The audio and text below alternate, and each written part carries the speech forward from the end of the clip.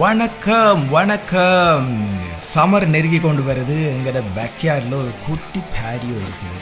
இந்த பேரியோவை இந்த முறை எக்ஸ்டெண்ட் பண்ணி அதில் ஒரு பேரியோ செட்டை போட்டு நல்ல ஒரு டீயையும் கேக்கையும் அதிலிருந்து குடிக்கலாம்ன்ற ஒரு பிளானில் நம்ம இப்போ ஹோம் டிப்போக்கு வந்திருக்கிறோம். அந்த ஆயத்த வேலைகளை தொடங்குறதுக்கு ஒரு 66 கான்கிரீட் ஸ்லாப்ஸ், அப்புறம் லைம் ஸ்டோன். ஸோ இது பேஸாக நம்ம பாவிக்க போகிறது. ஸோ இதில் ஒரு 25 பேக்கும் எடுத்திருக்கிறேன்.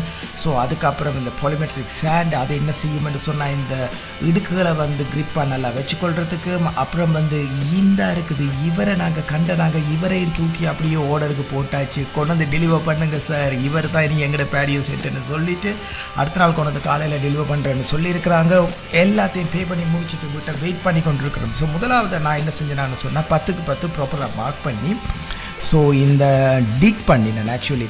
ஸோ இதுக்கு நான் என்னுடைய ஷவலை தான் நான் மேக்ஸிமம் யூஸ் பண்ணினேன். ஆனால் உண்மையில் சொல்லுவாங்க இது சரியான கஷ்டமான வேலை, என்ன சரியான ட்ரையாக இருந்தது. பட் இருந்தாலும் என்னுடைய உடம்புக்கு இது ஒரு நல்ல ஒர்க் அவுட்டை நினச்சி கொண்டு தான் நான் மேக்ஸிமம் செஞ்சினாங்க.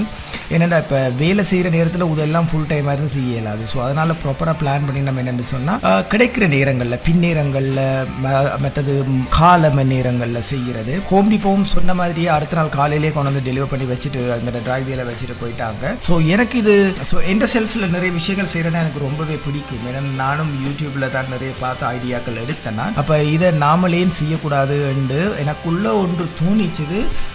உடனேயே கிளறி இப்படியெல்லாம் செய்ய வெளிக்கிட்டேன். ஆனால் உண்மையாக நான் இந்த வேலை செய்ய தொடங்கினதுல இருந்து பயங்கர ஆக்டிவாக இருந்தேன். பயங்கர ஆக்டிவ்னு சொன்னால் லைக் இந்த ஒட்டி எனர்ஜெட்டிக்காக இருந்தது இந்த மாதிரியான வேலைகள் செஞ்சு கொண்டு இருக்கேக்கில் எங்களுக்கு. ஸோ ஒய்ஃபும் சப்போர்ட் பண்ணினவ எனக்கு. மோஸ்ட்லி இந்த கேமரா எல்லாம் எடுத்தது, வீடியோ எல்லாம் எடுத்தது அவதான். ஸோ அப்புறம் எனக்கு 3 கான்கிரீட் ஸ்லாப் தான் இருந்தது. ஸோ அதை இந்த முறை எடுத்து ஸோ ஹெவி காய்ஸ் தூக்கி அப்படி அங்கே கொண்டு வைக்கல. ரைட் 2 முட்டை எக்ஸ்ட்ரா அதை உள்ளே போட்டு திருப்பி ஃபில் பண்ண வேண்டிய வந்துட்டுது.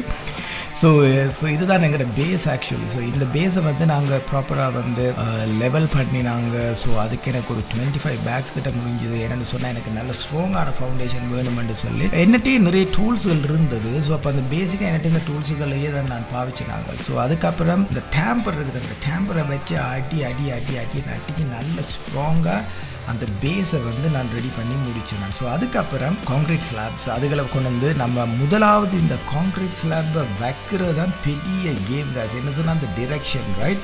ஸோ இந்த முதலாவது ஸ்லாப்பை நான் அதில் வச்சு ப்ராப்பராக அதுக்கப்புறம் நான் லெவல் எல்லாம் செக் பண்ணி ஸோ இது எல்லாமே நாங்கள் எங்களோட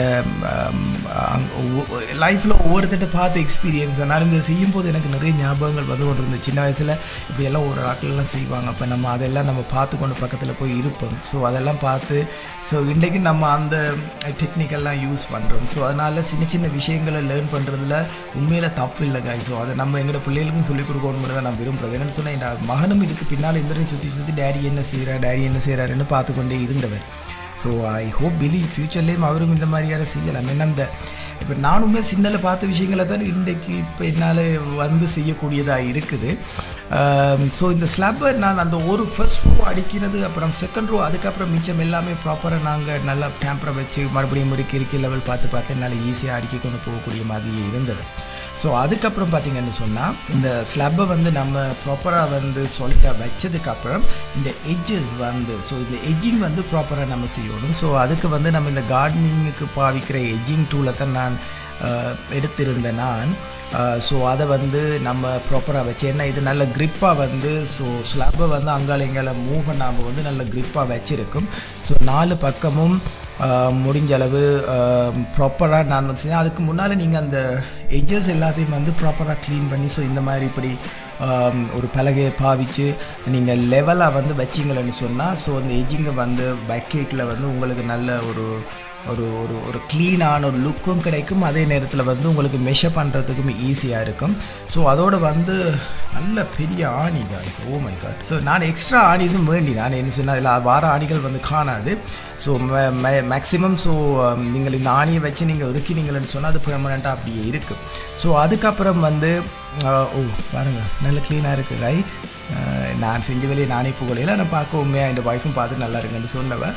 ஸோ பிறகு வந்து ஸோ எக்ஸசைஸ் இருந்த நாங்கள் இந்த மண்ணுகளை வந்து மறுபடியும் நாங்கள் எட்ஜஸில் போட்டு வந்து திருப்பி டேம்பரை யூஸ் பண்ணோம். ஸோ அதுக்கப்புறம் வந்து இந்த பாலிமரிக் சாண்டை வந்து ஸோ இது வந்து இந்த பேவர் ஜாயின்ஸை வந்து இது ஃபில் பண்ணுமே. இந்த ஜாயின்ஸில் இருக்க கேப்ஸுகளை வந்து ப்ராப்பராக ஃபில் பண்ணுறது மட்டும் இல்லாமல் அதுக்கப்புறம் வந்து அது நல்ல க்ரிப்பாகவும் வந்து வச்சுக்கொள்ளும். ஸோ இதை வந்து ஒரு பெரிய ஒரு ப்ரோசஸாக இருந்து செஞ்சு நான் என்னென்னு சொன்னேன், என்கிட்ட வைப்ரேட்டர் இல்லை. இதை வந்து நான் டேம்பரை வச்சு நான் கொஞ்சம் கொஞ்சமாக அசைச்சு எங்கே கேப்புகள் இருக்குன்னு பார்த்ததில் செஞ்சேன்னா மற்றது நீங்கள் மாஸ்க்கை வேர் பண்ணிக்கொள்ளுங்க. இப்படி வேக்யூமரை வச்சு நீங்கள் எக்ஸசைஸ் இருக்கிறத சேண்டை வந்து நீங்கள் ப்ளோ பண்ணிடுங்க. என்னென்னு சொன்னால் தண்ணி ஊற்றும் பொழுது மேலால் இருந்தால் அதுகள் வந்து அப்படியே படிஞ்சிடும். ஸோ நல்லா க்ளீன் ஆகி போட்டால் தண்ணி நீங்கள் நிறைய ஊற்றக்கூடாது. சும்மா ஸ்ப்ரே அடிக்கிற மாதிரி மேலால் நீங்கள் அப்படியே தூவி விட்டு போட்டு ஒரு நைட் நீங்கள் காய விட்டீங்கன்னாலே இப்போ ஒரு மரத்தில் வந்து பார்த்தா காஞ்சி போயிருது. இதுதான் நாங்கள் வேண sofa. So actually Barrio set அதுக்கப்புறம் ரெடி ஆகிட்டது. இனி என்ன ஒரு டீயையும் காஃபியையும் கொண்டு வந்து கொடுத்து என்ஜாய் பண்ணலாம். அது மட்டும் இல்லாமல் உங்களுக்கு ஒரு நல்ல பேரும் வீட்டில் கிடைக்கும். பெஸ்ட் நீங்கள் சொன்ன மாதிரியே செஞ்சு கொடுத்துட்டீங்கன்னு சொல்லி ஒரு பாராட்டு கிடைச்சி அது பெரிய ஒரு புத்துணர்ச்சி எனக்கு. ஸோ நீங்களும் ட்ரை பண்ணி பாருங்க. இந்த வீடியோ பிடிச்சிருந்தால் நீங்கள் ஒரு ஃப்ரெண்ட்ஸோட ஷேர் பண்ணுங்க.